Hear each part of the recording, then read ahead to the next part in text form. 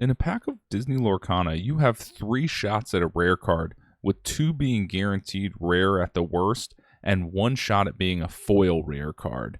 So, with 25% of a Lorcana pack potentially containing a rare card, I wanted to go through the top 10 rare cards based on price and see what stands out. At number 10, we have Lantern, which comes in right now at a price of $7.49. This card has seen a dramatic shift upwards in price since release, where it was going for around $4.25. This card is a good rare, but I don't think I've seen it much more in the last week online or in person than I did before release. So I believe this rise in price is due primarily to the lack of retail release availability of Lorcana, where people weren't really able to get product, which is driving up cost. Coming in at number 9 is Han's Scheming Prince, which is selling right now for $7.95. And as Emerald decks have been going up in popularity, this card is skyrocketing in price.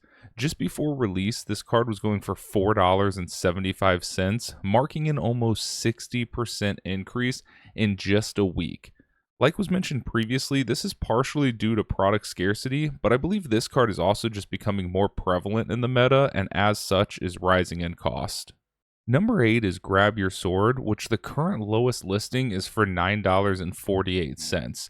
Leading up to release and then even on release day, this card was hanging around $4.61, meaning in the last week this card has doubled in price.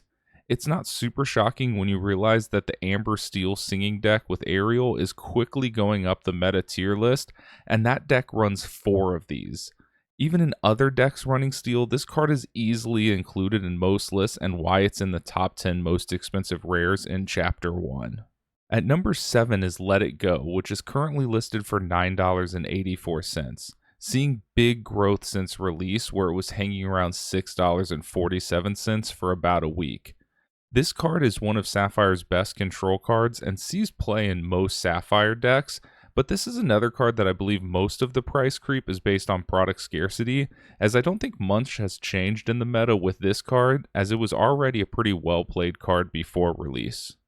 Our first Amethyst card on this list comes in at number 6, and it's also the first rare to crack the $10 mark, Maleficent Biding Her Time, which is currently selling for $10.44.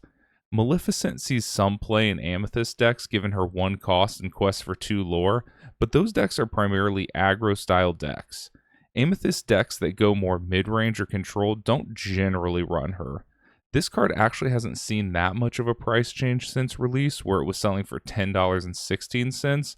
I believe this card was already a pretty high price before the product scarcity issue, and that is probably why it has hung around the $10 mark for the last week. Starting off the top 5 is Maui Hero to All, currently sitting at $12.91. And if you've watched any of my videos in the past, you know I'm not surprised here. I consider Maui to be one of the best 5-drops in the game, so his rise from $9.34 at release to where it is now is not a surprise. With him being one of the best 5-drops and Amethyst Ruby decks being the clear tier 1 deck in the current meta, I expect him to stay as one of the top costing rares for Chapter 1. Number 4 is Ariel Who's It Collector, which is selling right now for $15. This one is a little shocking, not because it's in the top 10 because I see many Tamatoa item builds running this cards, but more so how high of a price it is. This card was going for $2.79 leading up to retail release, meaning it has seen an over 537% increase in cost. Even with product scarcity, this meteoric rise really has me baffled, and maybe you can explain in the comments something I'm not seeing with this card. Going into the top 3, and we should have no surprises here with Be Prepared currently going for $17. This card hasn't risen much since release, where it was selling for $14.83, but with the current product scarcity, and just like with Maui, the deck this card goes in most being tier 1, I expect to see this card continue to rise and stay as one of the top 3 highest costing rares. Number 2 is no shocker either, being Kuzco Temperamental Emperor, who is selling right now for $18.94. With Emerald seeing more and more play in the meta, Kuzco has been just going up in price for the last week. Just before release, he was selling for $11.49, meaning an over 60% increase in costs. Kuzco is an absolute staple in Emerald decks, and as those decks continue to rise in popularity and wins, this card is going to continue to rise as well. If you've been paying attention, you already know what our number one card is, and that's Lilo Making a Wish, who is selling for a whopping $24.91. The fact that a rare is selling for almost $25 is mind-blowing. I know she is the best aggro card in amber-centered aggro decks. I know she's a beloved Disney character, but you're talking about forking over $100 for a playset of a rare.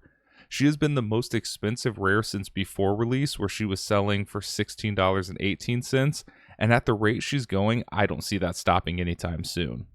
Let me know what you think of where these rares land, anything you think should be higher or lower, and if you were fortunate to get product and pull any of these, are you selling or holding?